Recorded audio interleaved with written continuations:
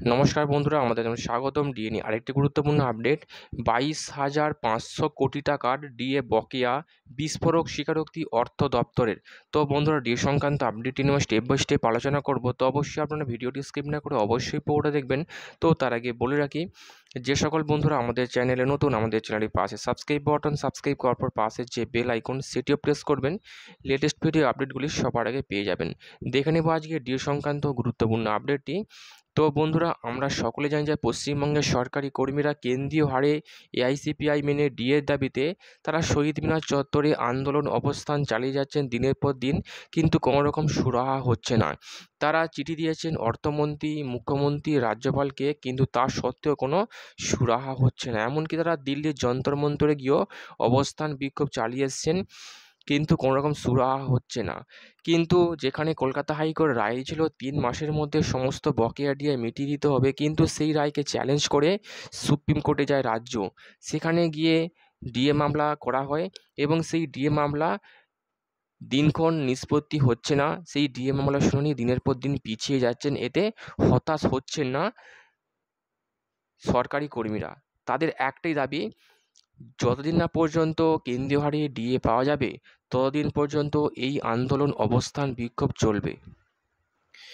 এরই পরিপ্রেক্ষিতে পশ্চিমবঙ্গের মুখ্যমন্ত্রী মমতা বন্দ্যোপাধ্যায় বারংবার বলেছেন যে পশ্চিমবঙ্গের ডিএ ঐচ্ছিক বিষয়ে, তারা দিতেও পারে নাও পারে। কেন্দ্রের ডিএ বাধ্যতামূলক, কিন্তু পশ্চিমবঙ্গের রাজ্য সরকারি কর্মীদের ডিএ বাধ্যতামূলক নয়, এমনটাই মন্তব্য করেছেন।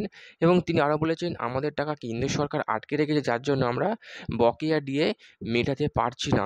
যদি কেন্দ্রীয় সরকার আমাদের ডিএ দিয়ে দেয়, এই টাকা দিয়ে দেয়, সেক্ষেত্রে আমরা সমস্ত সরকারি কর্মীদের বকেয়া ডিএ মিটিয়ে দিতে পারবো, এমনটাই মন্তব্য করেছেন। কিন্তু এই সমস্ত মন্তব্যকে পাত্তা দিতে নারাজ পশ্চিমবঙ্গের সরকারি কর্মীরা। তাদের একটাই দাবি, যেন প্রকারে কেন্দ্রীয় হারে ডিএ দিতে হবে। যেখানে পশ্চিমবঙ্গ ছাড়া বাকি রাজ্যগুলো কীভাবে ডিএ দিচ্ছে কেন্দ্রীয় সরকারকে অনুসরণ করে, সেখানে পশ্চিমবঙ্গ কেন পারবে না? 10-এর পর 4 বাড়িয়ে 14% করা হয়, যেটা মে মাস থেকে কার্যকর হবে। তো বন্ধুরা, বুঝতে পারছেন এখানে খুবই একটা ঘটনা কেস চলছে ডিএ নিয়ে, কিন্তু সংগ্রাম যৌথ মঞ্চ হার মানতে নারাজ। তো বন্ধুরা, এই ছিল গুরুত্বপূর্ণ আপডেট। তো তোমাদের কেমন লাগলো অবশ্যই কমেন্ট করে লাইক করতে ভুলবেন না। ডিএ সংক্রান্ত পরবর্তী আপডেট পাওয়ার জন্য আমাদের চ্যানেলটিকে সাবস্ক্রাইব করে রাখবেন। তো বন্ধুরা, শেষকালে বলে রাখি, মুখ্যমন্ত্রী অর্থমন্ত্রীর সঙ্গে যে মিটিং, সেই বৈঠকের পরই এমনই স্বীকারোক্তি বেরিয়েছে যে 22,500 কোটি টাকার ডিএ বকেয়া রয়েছে। অর্থ দপ্তর থেকে এমনটাই বিজ্ঞপ্তি প্রকাশিত হয়েছে, যেটা নবান্ন সূত্র মারফত এবং নিউজ পত্রিকার সূত্র মারফত বিজ্ঞপ্তিটি প্রকাশিত হয়েছে। তো বন্ধুরা, ভিডিওটি এই পর্যন্তই। কেমন লাগলো কমেন্ট করবেন, লাইক করতে ভুলবেন না। পরবর্তী আপডেট পাওয়ার জন্য আমাদের চ্যানেলটি সাবস্ক্রাইব করে রাখবেন। থ্যাংক ইউ বন্ধুরা, ভিডিওটি দেখার জন্য।